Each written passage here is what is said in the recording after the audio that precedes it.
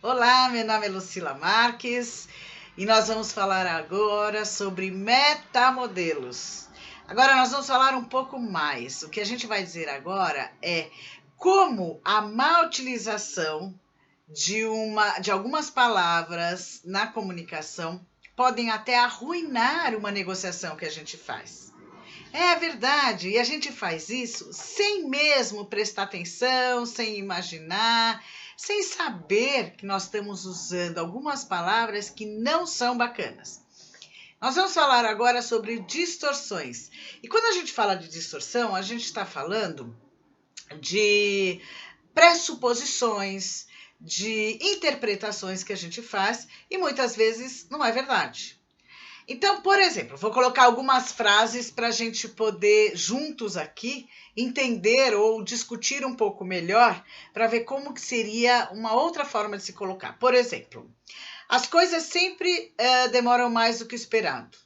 Primeira pergunta é a seguinte: qual que era o tempo que era esperado? Né? Se eu estou dizendo que elas sempre demoram mais, primeiro que já temos aí dois metamodelos. Nós temos a generalização, que é o sempre. Sempre quando? Todas as vezes que você pede alguma coisa, ela demora mais? E quais coisas? Isso aconteceu todos os dias? Aconteceu 2 vezes, 3 vezes? E o que você entende por demorar mais que o esperado? Então, esse tipo de coisa pode parecer que é simples, que não vai interferir muito numa comunicação, mas interfere bastante. Porque eu acabo pressupondo algumas coisas que elas não existem, elas não são verdadeiras. Por exemplo, eu vou te dar uma outra frase. Ninguém presta atenção à estrutura de linguagem.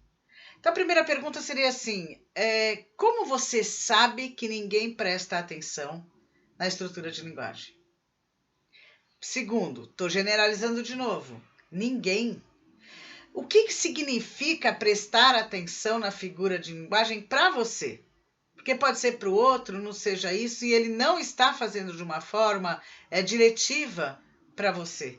Ele está fazendo da forma que ele entende. Você percebe como a gente faz algumas pressuposições e como assim a gente define histórias que nem são muito verdadeiras, né? São verdadeiras para o seu mapa de mundo. São verdadeiras para você, mas pode ser que para o outro não seja. Vou te dar mais um exemplo. Eles nunca me incluem nas reuniões. Como que você entende, né? O que te levou a entender que você está sendo excluído? Outra, eles nunca me incluem. De novo, entrando numa generalização. Você nunca participou de reunião alguma? O que te fez pensar que eles estão te excluindo? São pequenas perguntas que a gente faz, perguntas objetivas, para clarear as informações. Por quê? Porque eu costumo entender e interpretar da minha forma, né? Olhando para o que eu sei, para o que eu entendo. E isso pode ocasionar um conflito muito grande. Imagine você, uma pessoa falando, um funcionário falando, eles nunca me incluem nas reuniões. Aí vira outro e fala, nossa, que absurdo, você é sempre excluído, você nunca participa. Ele fala, não, peraí. Não é assim, na verdade é assim. Lógico, eles me incluem em algumas reuniões, mas especificamente nessa e na última não fui incluído. E por qual motivo você acha que você não foi incluído? Não fui incluído porque, de repente, não precisava da minha participação. Coisa do gênero. Mas, por causa de algum ponto lá dentro de você, dentro do seu mapa mental, você traz essa informação. Então, o seu mapa do mundo interpreta, pela percepção, essa comunicação e, a partir daí, você começa a alimentar essa comunicação dessa forma e isso pode até gerar um conflito. Quando a gente está falando de negociação, fica até mais evidente isso. Vamos supor que você liga para o seu cliente e ele está lá com as coisas dele e você fala, olha, eu queria te oferecer um produto X assim assado para complementar, e o cliente ele acaba meio que te evitando porque ele não pode falar no telefone e meio que te dispensa, tá? E aí você entende que ele não está nem um pouco interessado naquilo e aí você já descarta esse cliente e não vai ligar ele de novo. Será que aquilo que você entendeu, que ele realmente te descartou? Qual seria o mapa do mundo dele, né? Qual seria a situação que ele estava vivendo? Você interpretou simplesmente o seguinte: não, ele não me atendeu, ele cortou a ligação, é porque ele não quer.